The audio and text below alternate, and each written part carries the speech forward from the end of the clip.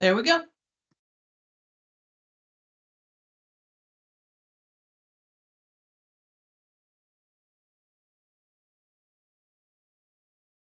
Alex, you can go ahead and take yourself off mute and we'll go ahead and get started. If you could start with an introduction, please. Sure. Good afternoon. My name is Alex Kolpakov. I'm the Senior Research Associate at CUTR USF, and I've been with CUTR for about 20 years. And my focus of my research, especially recently, has been alternative fuels, advanced propulsion technologies, as well as vehicle automation. Hello, hello, madam. How you doing? You look pretty. I'll take care of that. Okay.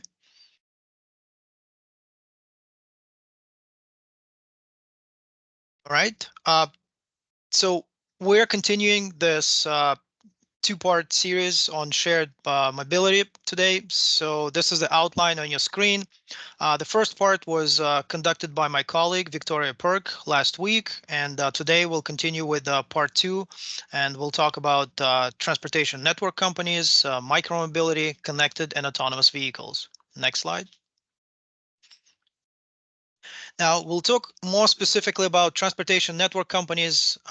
TNC is usually defined as a company that provides on-demand prearranged transportation services that are hailed through a smartphone app. So TNC model is often called ride sharing, which isn't really a precise definition. So while TNCs have the capabilities of providing ride sharing, sometimes they do. There is this service Uber Pool, but they should not be confused with the traditional ride sharing. Ride hailing or ride sourcing is a more precise term when it comes to TNCs. Unlike traditional taxis, TNCs typically do not maintain their own fleet of vehicles. Instead, passengers request rides directly from private drivers under contract with TNC. Now, TNCs often offer real-time information on arrival and use electronic payment as well. And they usually offer lower cost and more quickly available, sometimes in minutes, than traditional taxis. Next slide.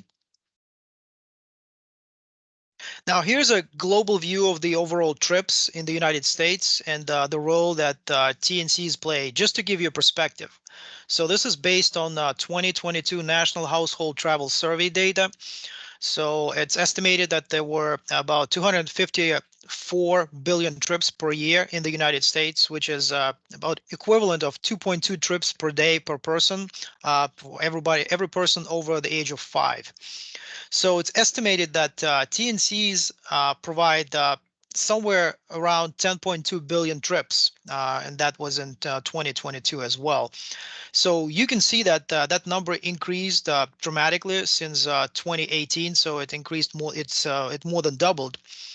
It shows that TNC trips continue to grow rapidly. It dropped a little bit during the pandemic, but it did recover ever since. Now, for comparison, American Public Transportation Association reported approximately 3 billion bus trips in 2022, and overall 6.2 billion trips for all transit. That includes bus, rail, trolley, demand response, and so forth. So you can see that in the overall grand scheme, TNCs remain a rather small share. They command about 4% of trips and approximately 6% of VMT. Well, interestingly, approximately 1/3 of VMT for TNCs is attributed to driver waiting for rider requests. This is called deadhead miles. And 10% of VMT goes to about driver heading to pick up the passengers, and only about 50% of VMT when the passenger is actually in the vehicle. So despite that TNCs usually have a low percentage of VMT on the big global scale, in some markets, they can actually have a dominant share. For example, if we're talking about the airport transportation, or for example, Uber provides twice the number of trips in New York City than taxis. So there are some local markets that where TNC can actually dominate. Next slide. Now, TNC pricing is rather complex. So you can see an example from Uber on your screen. So they usually have the following components in the pricing. They have the initial booking fee, they have the price per mile, price per minute if you're stuck in traffic.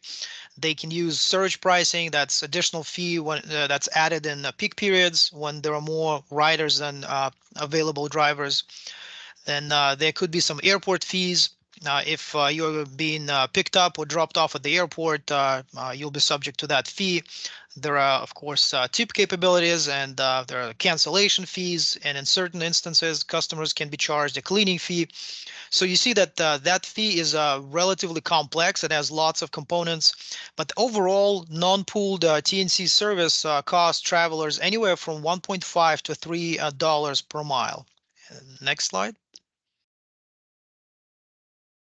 Now, TNC's predominant target market is usually local trips. So there are also long distance travel options as well, but they may not be as price attractive as local travel. Well, once in a while you can hear about somebody taking a like 200-mile Uber trip somewhere, but this is a rare exception. Usually it doesn't happen. There are some companies that target specific niche markets for TNC service. For example, offer gender-specific TNC service. Uh, for example, there are women that do not want to ride to share a ride with anybody other than women, and there are services that target that market. But this is a relatively small niche. There are services that also target transportation of children. So drivers are subject to a different level of security clearance, the fingerprinting, record search, and so forth. So more rigorous process. There are some services that are specifically targeted to people with disabilities or other mobility challenges, people such as elderly population. There's also a food service. I'm sure everybody heard about Uber Eats, which saw a dramatic increase, especially during the pandemic. Well, as of 2023, Uber Eats generated almost 40% of Uber's revenue. It's 12.1 billion for Uber Eats versus about 19.8 billion for transporting passengers. So Uber's regular service has already recovered after the pandemic, but during the pandemic, the food delivery business played a key role in keeping Uber afloat. In fact, Uber Eats brought more revenue than Uber Transportation during the pandemic. And finally, TNC market continues to develop, so we'll probably continue to see new services appear in the future. Next slide. Now, here's some information about the link between TNCs and transit from the study that's listed on this slide. This study shows that about 70% of Uber and Lyft trips are in 9 large, densely populated metropolitan areas. They're Boston, Chicago, Los Angeles, Miami, New York, Philadelphia, San Francisco, Seattle, and Washington, D.C. Interestingly, the same 9 cities carry over 70% of transit trips in the country. And in some of those areas, transit ridership continued to grow before the pandemic. So there is a link between the market for transit and TNC development. So TNCs seem to concentrate in places where there is a healthy and growing market for public transit. Well, this study is rather dated. It's from 2018, but the trend is still similar today. Next slide. Now here's a TNC user profile based on the data again from National Household Travel Survey. So as may be expected, the younger population, those of age 25 to 34, are more likely to use TNCs compared to the average person, and especially compared to older population. A similar trend is observed in smartphone usage. So younger population is more likely to use smartphones than those older folks, especially the ones that 65 plus age group. Next slide.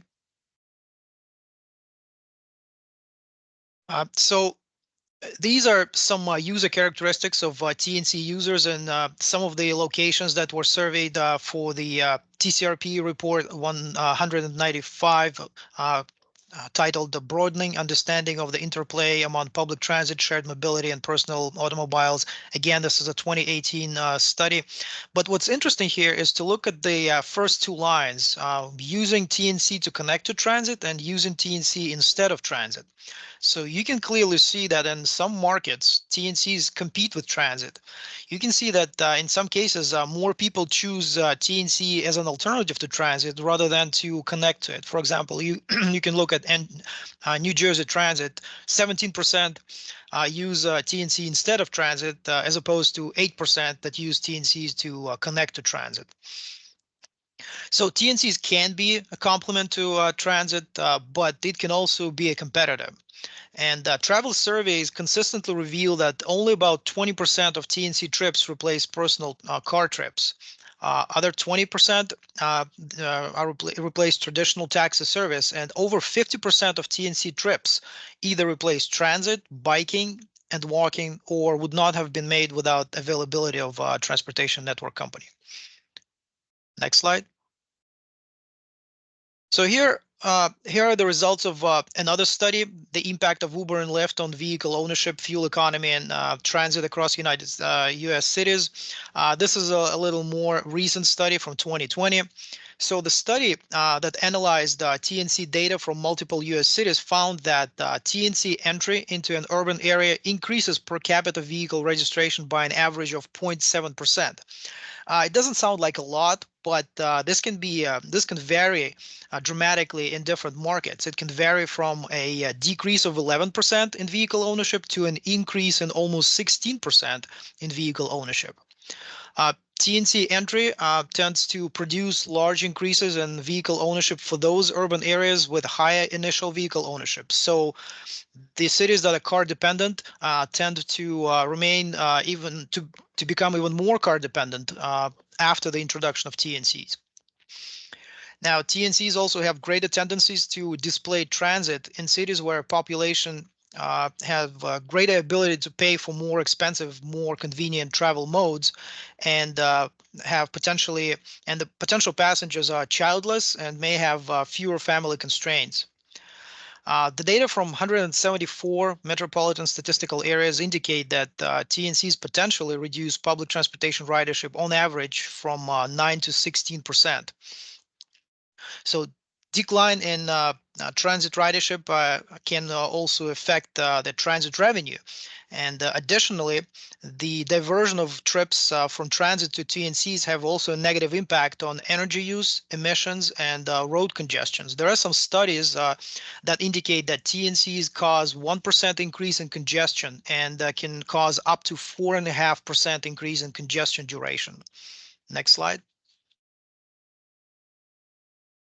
Now, there's been a tremendous growth in the number of individuals driving for TNCs. So it's estimated that there are over 2.7 million TNC drivers in the United States.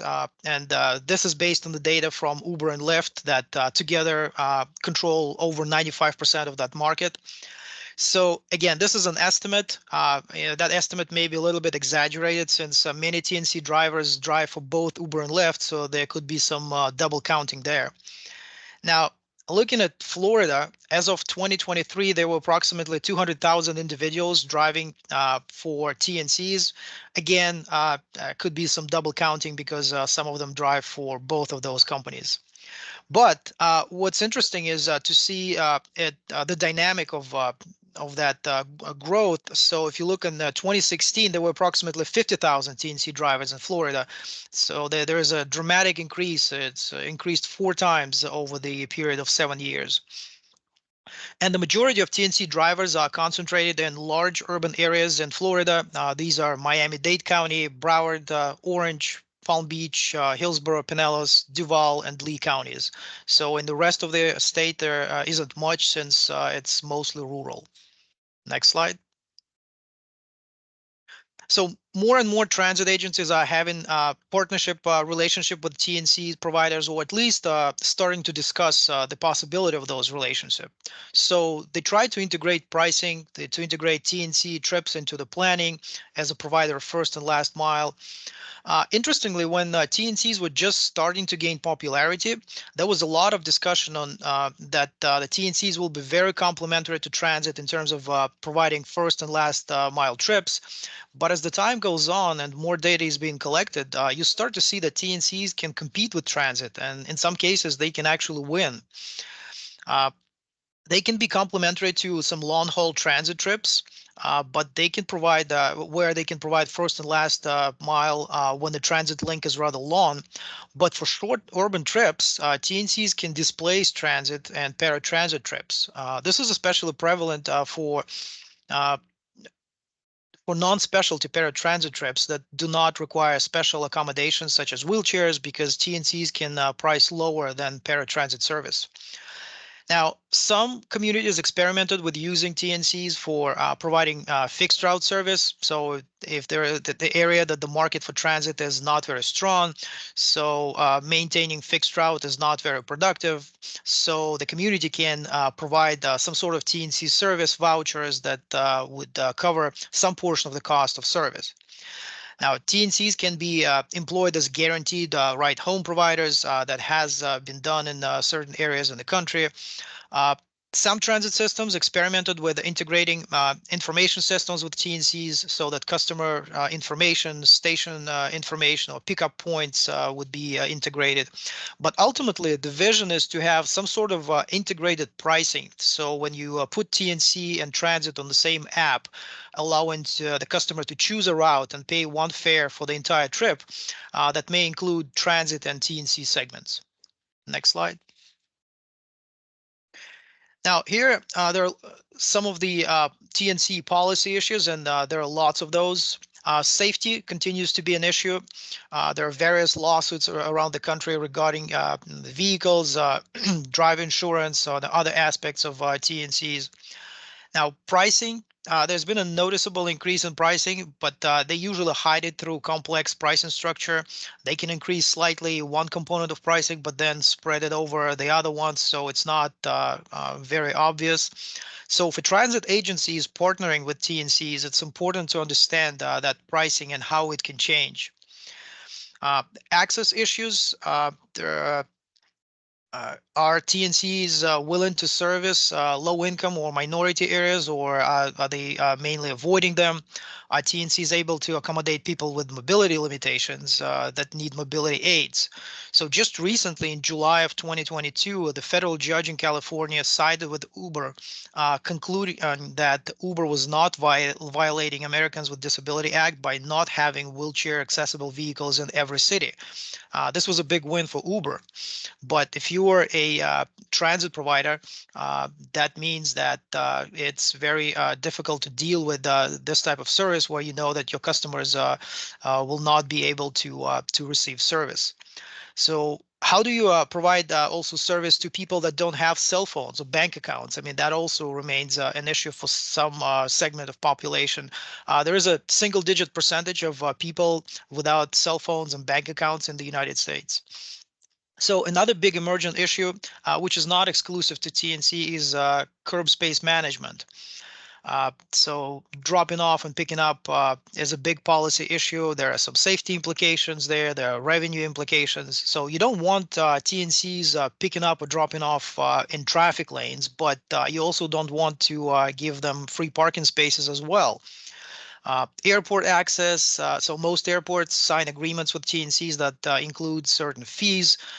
So when the vehicles cross the property line, they do that to taxis. So for equity reasons, they need to do this to TNCs as well. And many airports nowadays also manage TNCs exactly the same way as they manage taxis. They queue them the same way as taxis. They designate pickup and drop-off locations. So very similar to taxis.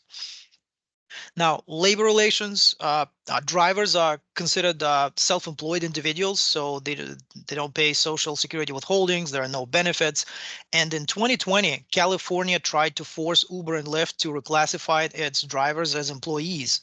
But during 2020 elections, the majority of people voted for Proposition 22 to allow TNC drivers to be classified as independent contractors rather than employees. So that was a big win for TNCs. However, the judge soon overturned that result of the vote as unconstitutional. So in 2023, California Appeals Court upheld the decision of Proposition 22, but it's now awaiting California Supreme Court decision on its constitutionality. So right now, this is not at the national level yet, but if it does, this can significantly impact the viability of business model for TNCs. In fact, Uber and Lyft threatened to leave California if they are forced to classify drivers as employees. And finally, access to data is another policy issue. The research community wants to get access to TNC data to make sure that we can understand who they serve, how many trips, the drivers information, the dwell times, and so forth. Next slide. Now we'll talk about bikes, e-bikes, and e-scooters. So a lot of people are familiar with motorized scooters that became extremely popular in some locations around the country in the past few years. But interestingly, they are not as new and innovative as many people may think. So here are some examples from early in the 20th century where motorized scooters were used either for leisure travel, that's the picture of a woman on the left, or by US Postal Service to deliver mail, that's the picture on the right. Next slide. Now, micromobility may refer to a wide range of low-speed vehicles that travel slower than 30 miles an hour and are designed almost exclusively for a single adult. And that may include bicycles, electric bikes, push scooters, motorized scooters, power skateboards, and other personal transportation technologies. Now, based on the type of propulsion, micromobility devices can be placed into two broad groups, human-powered and motorized vehicles. Now, Society of Automotive Engineers International defines powered micromobility vehicles as motorized personal mobility devices that have a curb weight of less than or equal to 500 pounds and a top speed of 30 miles an hour or less. So those are often electric powered and envisioned to provide shorter circulation trips, such as first and last mile trips in high density urban environment. Or in some cases, like with e-bikes, they can also provide longer distance trips.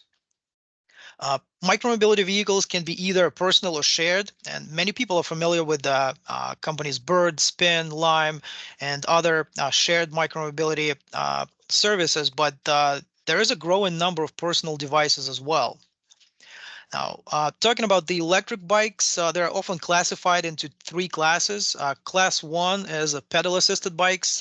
They require the rider to pedal to move forward and provide assistance when you pedal. Class 2 is a throttle-assisted bikes, so it has a motor that operates independently of pedaling and can help move the bike without pedaling. And Class 3 essentially operates the same way as Class 1, but with higher maximum speed. There are currently 26 states that use this three-tiered e-bike classification system. And unlike regular bicycles, e-bikes and e-scooters allow riders to travel with less physical effort. And as such, they may be more convenient for older adults or people with limited mobility. Next slide. There are two fundamental approaches in designing bike sharing and scooter sharing deployment, station-based or dockless or stationless. Now, the station-based, it's when the vehicle is checked out at a designated station location and can be returned to a different designation station location. So this requires physical space. It can constrain geographic availability and consumer convenience, but it's a little more predictable. There is a higher probability that you will find a vehicle when you go to a designated station. Often these systems require rebalancing, so you'll need to move the vehicles to location where they are likely to be in demand next. For example, people may choose to ride on top of the hill and walk down the hill, so scooters or bikes can accumulate on the top of the hill. Or people can take the vehicles from transit stops to their destinations, so you'll need to distribute the vehicles back to the stations. So rebalancing requires additional labor investment and also time. Uh, Now, the dockless or stationless can be is the concept where the vehicles can be picked up and dropped off anywhere within a defined area. So this has been more popular recently as the technology develops. You can lock the vehicle without a physical lock. You can use your smartphone as a lock to lock the vehicle. This is more flexible, but it can also create a lot of issues. The safety, the storage locations, the nuisance to pedestrians. People leave those scooters or bikes everywhere. They can block pedestrian walkways. People are tripping over them. They can walk wheelchair paths and so forth. And the rebalancing issue also remains.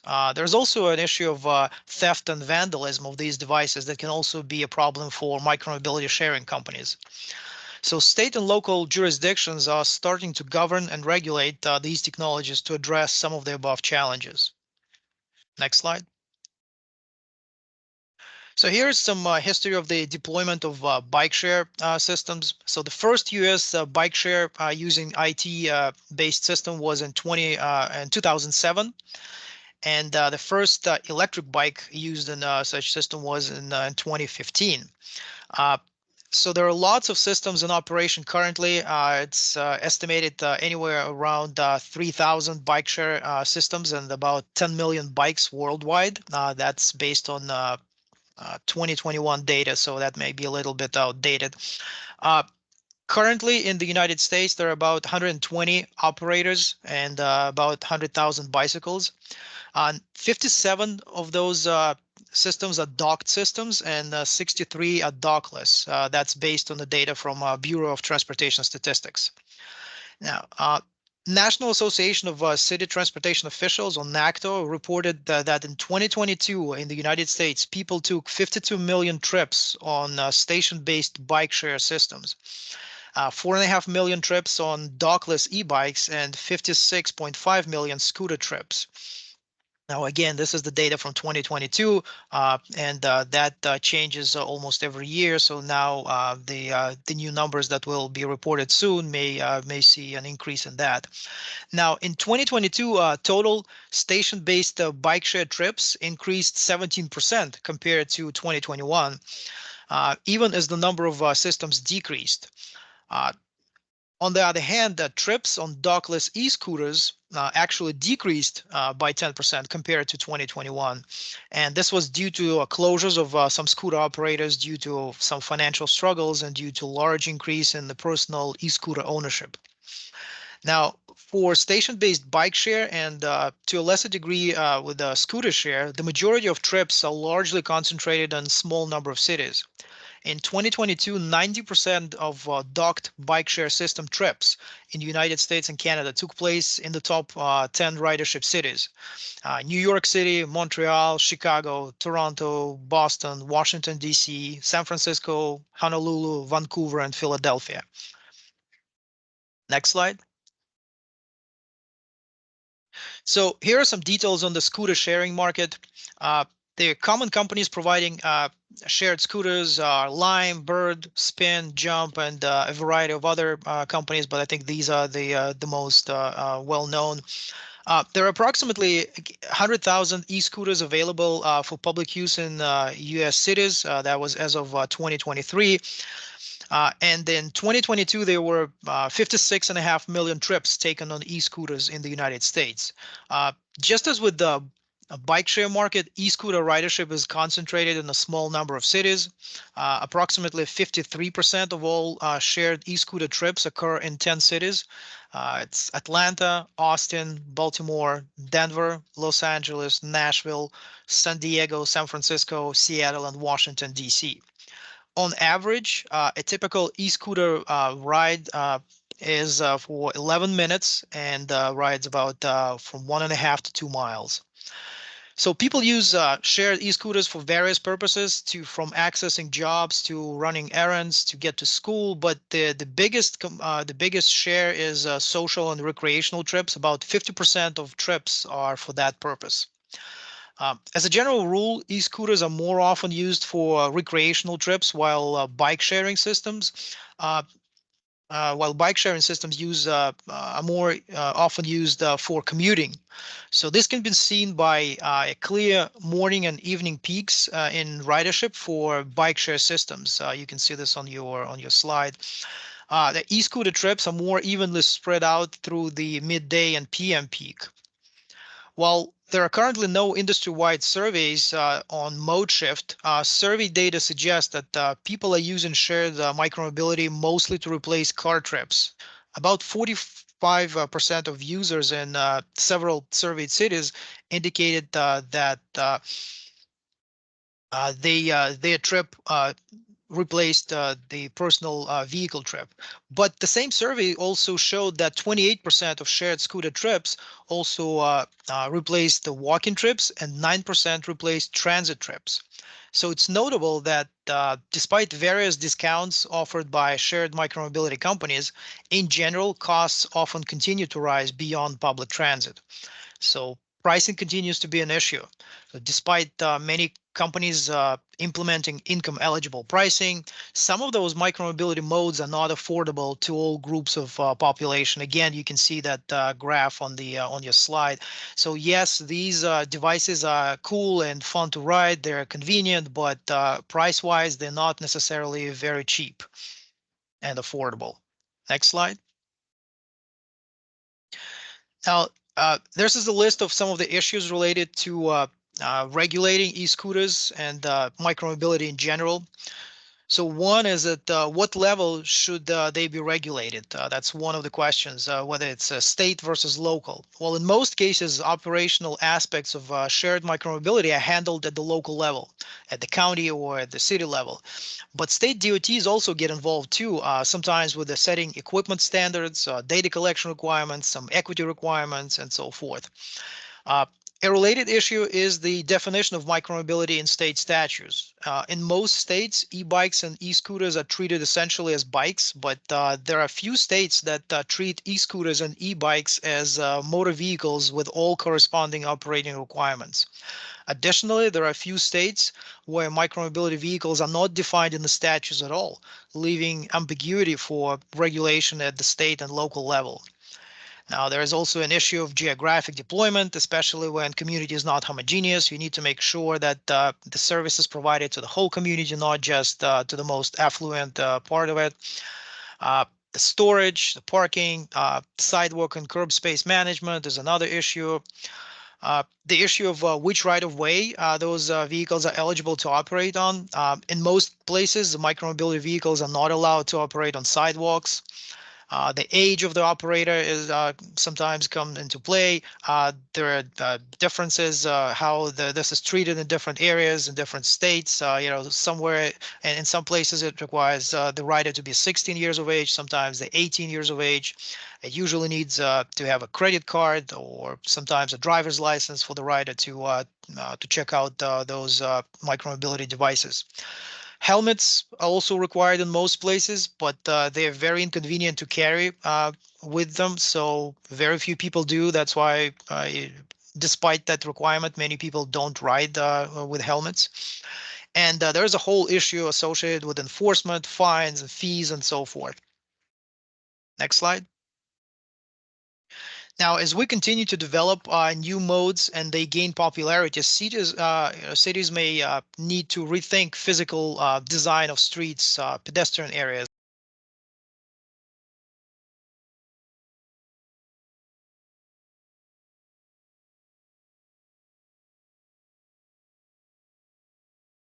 Alex, it looks like you muted yourself. I'm sorry. Thank you. Thank you. So safety is always a big issue in the design considerations of the cities. So if, there is a safety associated with parking and storage as well.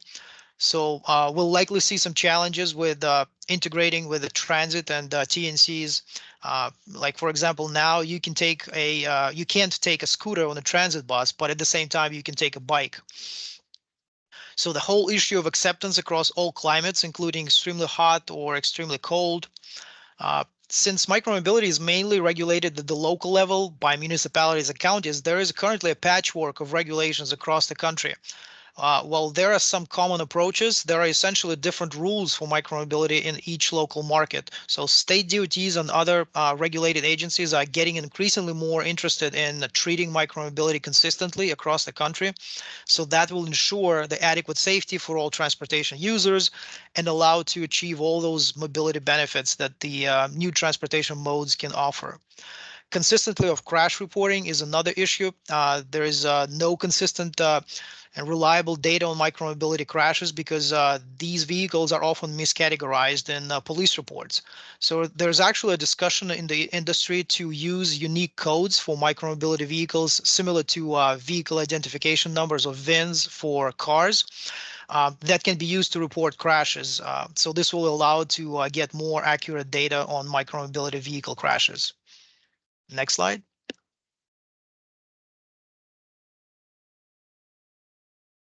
Okay, so now we'll talk a little about some of the issues related to autonomous vehicles, and that's the picture how most people envision the autonomous future. So next slide. Now, there are certain key issues that we need to discuss. There are very smart people have different opinions about the AV technologies. So we've heard engineers, car manufacturers, technology companies tell us that the technology is ready or will be ready very soon.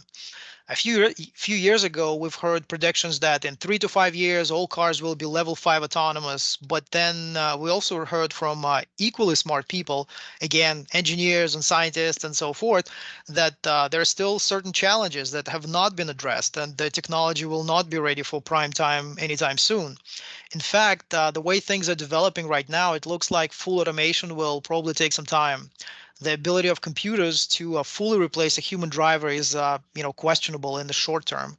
Even vehicle manufacturers that just a few years ago were talking about full automation in the near future have taken a more cautious approach with predictions and adjusted their expectations a little bit. Now, a similar debate goes about the other aspects, such as the legal aspects. So, who will be responsible in the case of an crash with AV vehicle? Is it the driver? Is it the vehicle manufacturer? Is it the software developer? Also, the ability of the vehicle to make difficult decisions is questionable. So, if, for example, the collision is inevitable, so will the car choose to hit a pedestrian, a light pole, another car? I mean, all those things are still unknown. So, how will autonomous vehicles impact vehicle miles traveled? So, how will they affect capacity? So, will it be possible to increase roadway capacity through a vehicle traveling closer to each other enough to avoid building additional roads? Or will increase in VMT negate all that gains in capacity improvements? Now, development of autonomous and connected vehicles can significantly impact traditional transportation planning. So, should we continue to develop transit? Should we continue increasing roadway capacity? Should we continue allocating large amounts of space for parking lots in the urban environment? Should the autonomous vehicle technology first be installed on goods movement, then transportation, or then transporting of passengers? So there is an argument that maybe automating transit should be a more prioritized area because it can give more impact.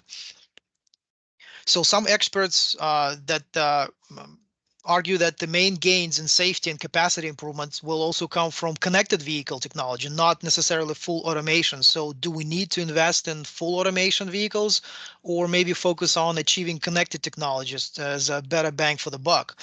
So there are no uniform answers to all these questions by the industry. Next slide. Vehicle manufacturers continue to test autonomous vehicle technologies on the road and collect data on incidents. So some of the companies that do that, I'm sure many of you've heard of Waymo, Uber, Tesla, Cruise, and so forth. So these are, I guess, one of the most prominent ones.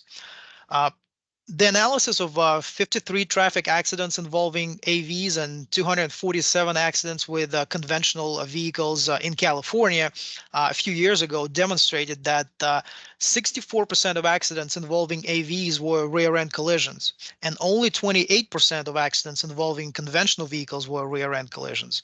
So that can probably indicate that AVs are more prone to rear-end collisions. But at the same time, that data shows that most accidents were with AVs were when conventional vehicles actually collided with an AV.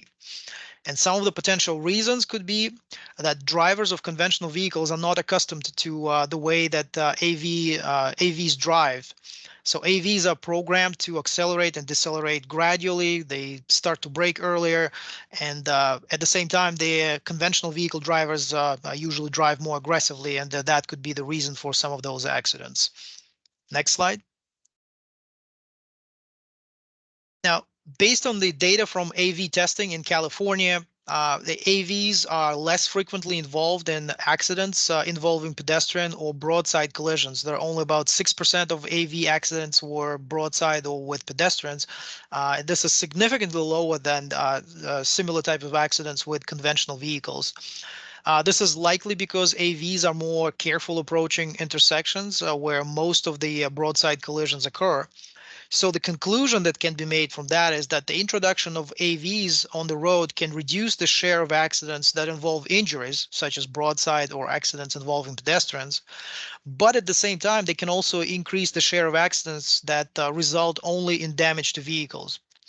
Well, of course, the limitation of this study is that it's based on limited data set. It examined data. The examined data does not register yet a single accident involving 2 autonomous vehicles. And also, California was the only state that collected data on AV crashes, and this may not be representative of the entire country. Next slide. Now, the state of California mandates that companies testing autonomous vehicles disclose how many times humans have to take over due to AV disengagements. So here's the California DMV data for the past 9 years. It was released in 2023. It includes data from 23 companies that are testing AVs in California. Now, disengagement rate, this is when the AV disengages and hands control over to a human driver, is the key number to assess the progress of AV companies because it's the only public data that is reported on a regular basis. So the higher the number of miles per disengagement, the better AV software is doing. 3 companies in 2023 reported 0 disengagements. This includes Cruise, AutoX, and Mercedes-Benz. The picture on the right shows top 10 companies in terms of miles per disengagement over the entire 9-year period. Argo AI tops the list with almost 19,000 miles per disengagement, but interestingly, that company is currently out of business. The average is about 9,000 miles per disengagement, and but this ranking also favors the companies that have done most of their testing in the last few years. Because the technology improved, so the amount of disengagement certainly improved in the past few years. So those companies that started testing 5, 6, 7, 8 years ago initially had really bad records, and that hurts their statistics now. You can also notice that in the graph on the left that there are 2 data series, one with all companies and another with Apple and Uber data. And Apple and Uber had extremely large number of disengagements. In fact, in 2018, these 2 companies accounted for 97% of all disengagements. So the researchers decided to exclude them from the overall statistics because they were skewing the data trend. Cruise and Waymo are the leaders in autonomous miles driven. Just in 2023, Waymo drove 4.8 million autonomous miles and Cruise drove 2.7 million autonomous miles. In addition, these companies also have a rather low disengagement rate. 4 Chinese companies are in the top 10 ranking in terms of miles per disengagement, and the Pony AI is in the 2nd place. The Chinese companies have really good miles per disengagement, but they also have lower annual miles compared to Waymo and Cruise. Next slide. Now we'll talk a little specific about some of those big autonomous vehicle companies and their crash statistics. Well, Waymo has driven a total of 7.1 million fully driverless miles in Arizona and California. Now, as of October of 2023, driverless Waymo vehicles have had only 3 crashes with injuries. There were 2 in Phoenix area and 1 in San Francisco. Now, all crashes were rear-end collisions where actually AV vehicle was hit by the conventional vehicle. Now, these crashes resulted in a crash rate of 0.38 injuries per million VMT in Arizona and 0.57 injuries per million VMT in California. So this is 3 to 5 times lower than a typical crash rate for human drivers in these locations. So this all looks very promising for Waymo, especially in comparison to its biggest competitor, Cruise. Cruise suffered a significant setback in 2023. There was an accident involving cruise vehicle that hit and dragged a pedestrian for about 20 feet before realizing that and before stopping. So after that, California DMV suspended cruises operation in the state. And as of 2023, actually, Cruise lost 2.7 billion just in that 1 year. But the data for Waymo, even though it looks really promising, there is a caveat there when it comes to that statistics. Waymo vehicles do not drive on freeways.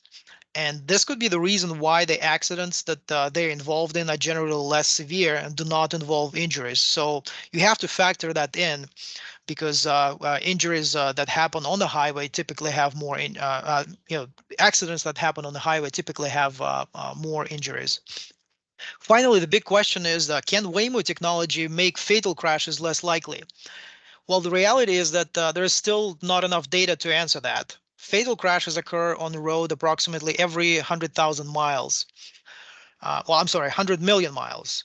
And Waymo vehicles have not driven that many miles yet. So it's still too early to determine whether Waymo AVs can help reduce the risk of fatal crashes. Next slide. So here's Uber AV crash data. The first fatal crash with Uber AV vehicles happened in Tempe, Arizona in 2018, where a person was walking the bike across the street at night, and the safety backup driver was in the vehicle but did not pay enough attention to prevent it. Uber suspended on-road testing for almost 2 years after that, and California allowed to resume testing in 2020, again with backup driver inside. But prior to that fatal crash, Uber self-driving vehicles were involved in at least 37 minor accidents. We've already mentioned that Uber has one of the worst disengagement statistics in AV operation. And interestingly, the fatal crash in Arizona raised the legal question of who will be responsible for the road fatality involving autonomous vehicles. Is it the vehicle manufacturer, the AI system, or the person behind the wheel? Well, last year we got an answer. In 2023, Arizona court sentenced the Uber driver that was behind the wheel to 3 years of supervised probation for that fatal crash. So it's likely that the driver will still be responsible for crashes involving autonomous vehicles. Next slide. All right, so here's Tesla crash data. Everybody loves Tesla, but National Traffic Safety Administration crash data indicate that since 2019, Tesla Autopilot was involved in 736 crashes and 17 fatalities. And 11 of those fatalities occurred in 2022 and 23. So the increase in the number of crashes and fatalities happened alongside a rapid expansion of Tesla's full self-drive software. That increased from 12,000 vehicles to almost 400,000 vehicles in about a year. So, and that's probably the reason of that large increase in crashes as well as the fatality, is just more cars are using that system. Yeah, Alex, I'm sorry. Yes, We had a question that sure. I just noticed. Are there any data or reports on the increase on personal scooters? In other words, people buying scooters to move around, not using shared ones, but their own. I have not seen the consistent crash reporting for electric scooters, and I believe I mentioned that one of the issues is that whenever there is an accident that police is involved, sometimes they miscategorize that crash vehicle. They either put it as a bike, because in the police report sometimes they don't have this checkbox to check that it's a micromobility vehicle, it's an e-scooter or something like that. So they check the one that's closest, the most closely resembles that. So in many cases, it's really not clear what kind of vehicle was it. So no, I haven't seen that statistics, but there is a push right now to actually track those devices with unique identifying numbers, such as the VIN number that would be imprinted somewhere on the device, and it could be reported in a police crash, so that if there is a database, you can certainly understand what kind of device was it. Thanks. Okay. So the data from that we've seen from Tesla shows that the Tesla vehicles are more likely to crash with an emergency vehicle when they drive on autopilot, and that there have been 12 incidents of Teslas colliding with emergency vehicles when using that advanced driver assistance system. There was one recent accident in Orlando where Tesla, driven by autopilot, hit a trooper car that was stopped on I-4 on the shoulder to help a motorist. That was in August of 2021. And most incidents with autopilot occur after dark. So there's clear limitation of that technology to operate the vehicle in low visibility. So Tesla, at the same time, claims that its autopilot allows to significantly reduce the crash rates. The data that's collected by Tesla showed that vehicles on autopilot have one accident per 4.3 million miles, and the Tesla vehicles driven without autopilot get one accident per 2.2 million miles. So this looks like Tesla autopilot can reduce the chances of an accident in half, right? Well, it's not necessarily true, since the data represents different type of driving. Autopilot is typically engaged on the highway, so that probably represents the highway driving that's easier, and at the same time, all the other accidents typically report non-highway driving, so there are more accidents there. So that data could be a little bit misrepresented. So in reality, these numbers may turn out to be closer to each other.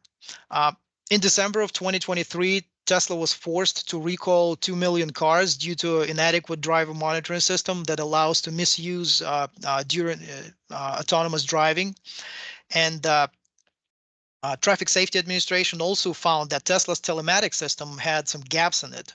So many people heard that Tesla autopilot system is constantly recording and uploading to Tesla servers to improve itself, so that they can improve the system in case of an accident. Well, in reality, it turned out that it only records an accident if the airbag is deployed. And the data show that airbag deploy only in 18% of police reported crashes. So essentially, Tesla does not record telematics data of about 80% of minor crashes. Next slide. So the two main challenges with the AV technologies is the ability to perform in all operating conditions, and also interaction with non-AV users on the road. Now, overall, there are three types of driving errors that affect safety by AV systems. There is a perception error. It's incorrect data acquisition by vehicle sensors. There is a decision errors, the error in interpreting the data received through multiple vehicle sensors, and action errors, the errors in choosing specific action to avoid obstacles or adjust driving parameters. Well, the data from testing in California indicate that the disengagement frequencies vary dramatically from for different manufacturers. It can change anywhere from 0.0003 to 3 disengagements per mile for different vehicle manufacturers. So there is a big wide range. And at the same time, the data collected by California DOT on AV-related accidents also indicate that the vast majority, almost 94% of accidents involving AV, are caused by other road users behaving abnormally on the road. Next slide. So here are some of the main inherent hazards of AVs. First, it gives a false sense of security. So drivers often misuse that system. They engage in secondary tasks, the texting, surfing, and where they assume that it provides foolproof security, but it doesn't. This technology is not perfect. In fact, the study by AAA in 2020 revealed that advanced driver assistance systems experience some type of issue every 8 miles in real world driving. There is always a risk of cyber attacks. People always think that cyber attack is when somebody takes over the vehicle and intentionally crashes that, but you don't really have to do that. In many cases, there are different other types, like jamming, spoofing, interference. So if you interfere with some of the sensors of the vehicle, that should be enough to actually blind the car and cause a crash. Also, the real-life driving conditions are complex, and we all know that it takes a long time and practice and experience to become a good and safe driver. All of us who started driving initially, maybe we're not that good drivers for few years, and it takes with lots of experience, with lots of driving to get to that level. And finally, there's one key assumption about potential safety improvements that AVs can provide is maybe it's based on some misrepresentation of crash data. We've all heard that 94% of accidents happen due to human error. And there is an expectation that AVs can eliminate that because automation will not be subject to that human error. Well, the problem is that that error may not be necessarily due to distraction or bad driving. Well, of course, there is some of that, but maybe not all of it. So it could maybe result from judgment error. For example, incorrectly predicting the intent of another road user or misunderstanding unusual situation on the road. I mean, that's also human error, but there is no guarantee that AVs will ever be better at doing that than humans. So AVs can work very well doing specific predefined tasks, such as keeping the car in the lane or keeping the distance between cars, but they may not turn out to be capable of making driving decisions better than humans, some of the complex decisions. Next slide. Now, emergency scenarios also present challenges for mobility on demand, as well as the AVs. AVs and natural disasters, they happen occasionally. People living in Florida are particularly familiar with that. So we have hurricanes every year, but there are similar challenges in other parts of the country. Wildfires, volcanoes, tornadoes, hurricanes, floods, and so forth. So assume that you can use 30% of the fleet to provide transportation demand needs during the regular operations. And it works great, but imagine that the hurricane is coming. So who will get those 30% of vehicles? So you'll need mobility readily available when you have those natural or man-made disasters. Also, the ability of autonomous vehicles to operate in unique situations is questionable. So how will those vehicles operate in non-typical circumstances like roadway construction, going on shoulder to go around an accident scene, or reversed lanes during hurricane evacuation, debris on the road, flooded roadways, so forth. So these are the questions that will need to be addressed. Next slide. Now, AVs will require a significant amount of power to process the data that will be coming from various sensors. So based on the preliminary calculation by Tesla, anywhere from 1.5 to 2.75 kilowatts will be needed just to process additional data coming from sensors and other vehicles and infrastructure. So as a result, AVs may turn out to be not as efficient as expected. So in fact, a 2023 MIT research indicates that to keep vehicle emissions under control, AVs would need to consume less than 1.2 kilowatts of energy for computing. And for that to be possible, computing hardware must double in efficiency every year for the next 25 years. Well, we're not there yet. So because of this energy requirement for processing additional data and computational power needs, there's a natural fit between autonomous vehicles and electric. While autonomous don't have to be electric, most of them probably will due to these power requirements. Next slide. So we've already mentioned the weather in the context of micromobility, but it can affect autonomous vehicles too. So here's a map of snowfall accumulation in the United States from 23 to 24. And the weather can play a role in how AV technologies are deployed in different parts of the country. So currently, AV technologies are not safe for use in all weather conditions, and it's possible that we'll see differences in the pace of acceptance of AVs across the country. So some areas with severe weather and excessive precipitation may be at a disadvantage. Next slide. Alex, Leona asked, would AVs be better within restricted areas like college campuses, industrial sites, or parks? They could.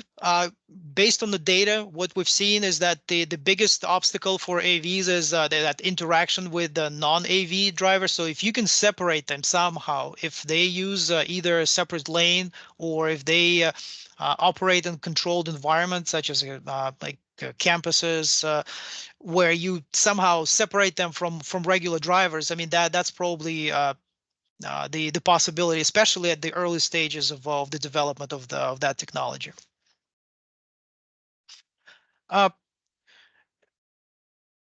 The impact on government revenue and infrastructure costs. So the infrastructure is funded through gas taxes, and we know that electric vehicles are currently not paying gas taxes because they don't buy gas.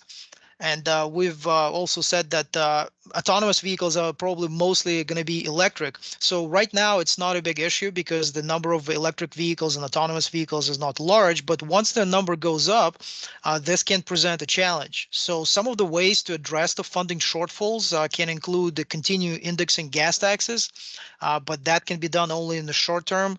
You can implement VMT fees, but that would require political will. We haven't seen much of that too. And maybe employ tolling, a public-private partnership to construct and fund transportation infrastructure. So some states are already looking into potential financial impacts of EVs and autonomous vehicles on gas tax revenue. Actually, during the past Florida legislative session this year, a bill was introduced. It was a House Bill 107 to impose a fee on electric vehicles.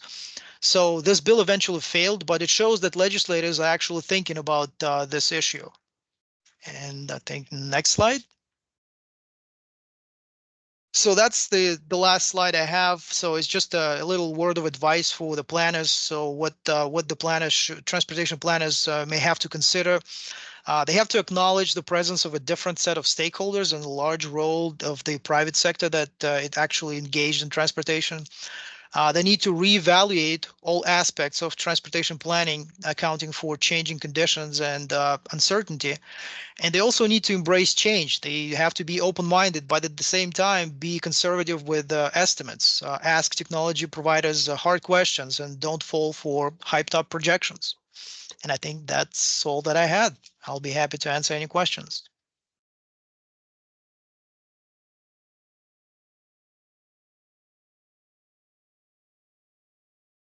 Sorry, I went a little over. That's fine. You did really good. 2 minutes, not bad. Thank you, Alex. And I did put the evaluation in the chat.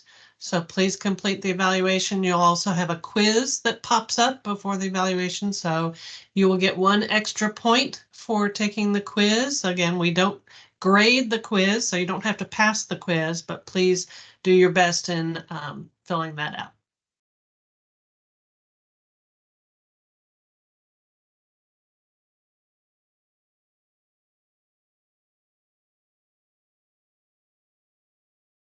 All right, thank you.